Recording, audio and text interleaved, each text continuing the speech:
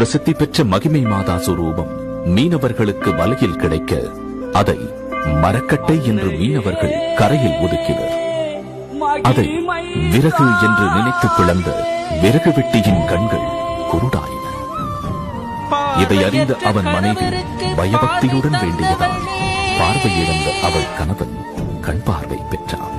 இதை அறிந்த ஊர் மக்கள் அந்த சுரூபத்தை ஒரு குடிலில் வைத்து வணங்கினர்.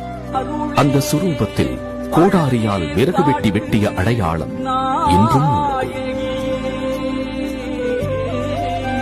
அங்கிருந்த குருவின் கனவில் தோன்றி மகிமை மாதா தனக்கு ஒரு ஆலயம் கட்ட வேண்டும் என்ற வேண்டுகோளுக்கு இணங்க மகிமை மாதா சிற்றாலயம் கட்டி முடிக்கப்பட்டது.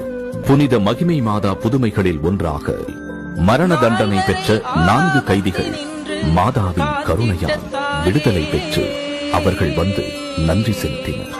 பழவேற்காடு மக்களின் வாழ்வாதாரமாகிய மீன்பிடி தொழிலில் புயல் நேரத்தில் மகிமை மாதாவிடம் வேண்டியதால் மீனவர் ஆபத்தின்றி உயிருடன் கரைக்கு திரும்பினர். இன்று வரை இவ்வூர் மக்களுக்கு பற்பல புதுமைகளை மகிமை மாதா செய்து வருகிறார்கள்.